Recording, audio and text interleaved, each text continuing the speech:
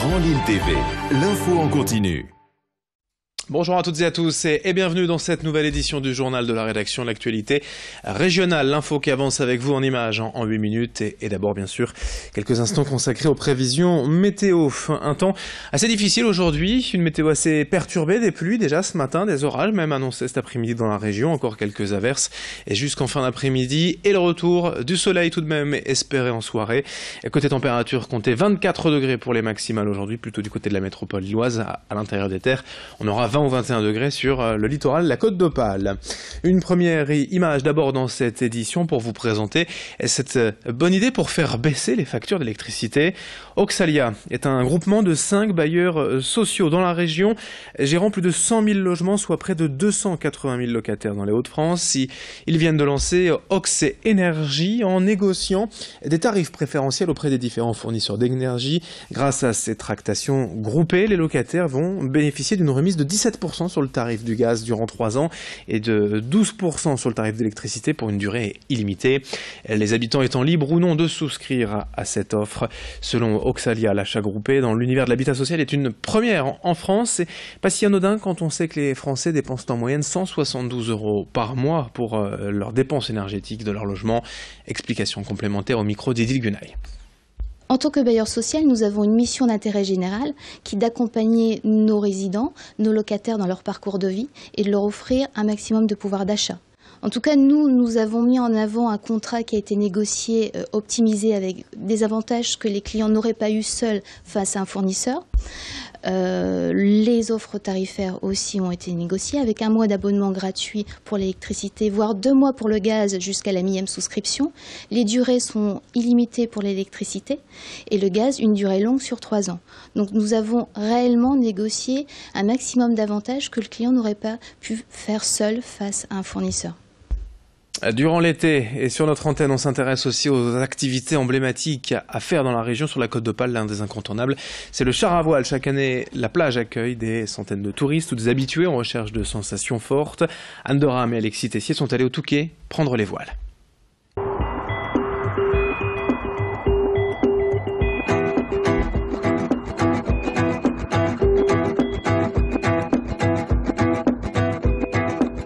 Du soleil, du vent, les chars à voile sont de sortie. Chaque année, ils sont entre 5 et 6 000 adeptes à pratiquer ce sport sur la plage du Touquet. Ici, le spot est réputé idéal. L'histoire du Touquet est intimement liée à l'histoire du char à voile. En fait, on a déjà Blériot, l'aviateur Blériot, fabriquait des chars et roulait sur les plages du Touquet et d'Ardelot. Ensuite, on a eu la famille Demoury, on avait un constructeur de chars à voile qui était à la place du club ici. Donc il y a une longue tradition de découvreurs, d'inventeurs de chars à voile et puis la famille de Maury faisait déjà de l'initiation. Donc il y avait déjà avant-guerre une école de chars à voile. C'est un des emblèmes du Touquet.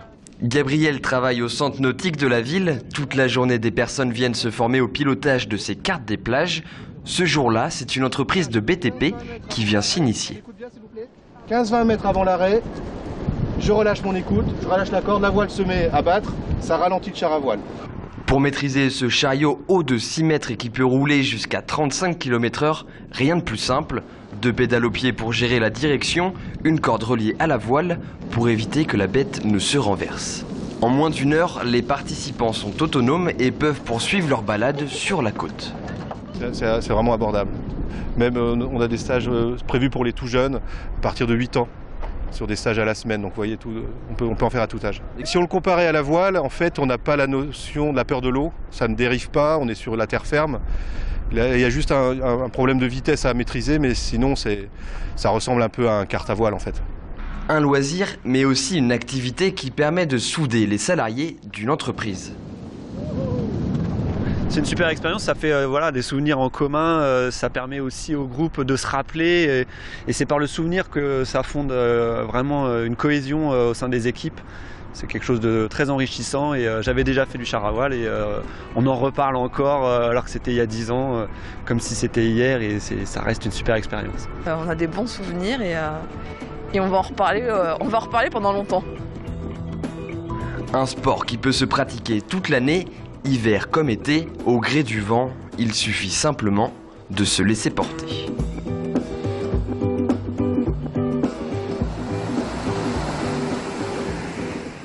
Et puisque c'est l'été dans cette édition, on va rester tout proche d'ailleurs du Touquet, sur la côte d'Opale. La réserve naturelle de la baie de Canche fête cette année ses 30 ans. À cette occasion, une exposition photo itinérante a été mise en place. Elle montre les différentes et nombreuses espèces végétales et animales qui y sont préservées.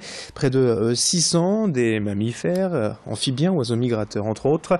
Cette expo est visible actuellement sur la butte au Signaux à Camille, en face de la Maison de la Dune. Elle sera ensuite installée sur le port d'Étaples jusqu'en septembre. Explication au micro de nos journalistes.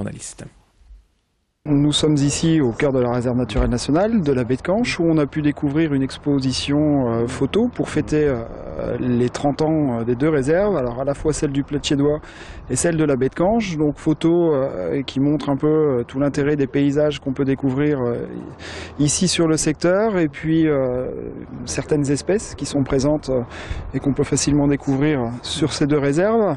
Et puis en arrivant ici sur le point de vue du coup de la réserve naturelle nationale de la baie de Canche, on découvre un panorama magnifique sur l'estuaire de la Canche, sur la pointe du Touquet, et puis toute cette succession en fait de dunes, donc de la dune blanche à la dune grise, en passant et en terminant par la dune boisée. Et c'est voilà, ces espaces particulièrement intéressants dans lesquels s'imbrique une mosaïque d'habitats qui accueille de très nombreuses espèces végétales et animales que l'on se doit du coup de préserver ici sur ces sites.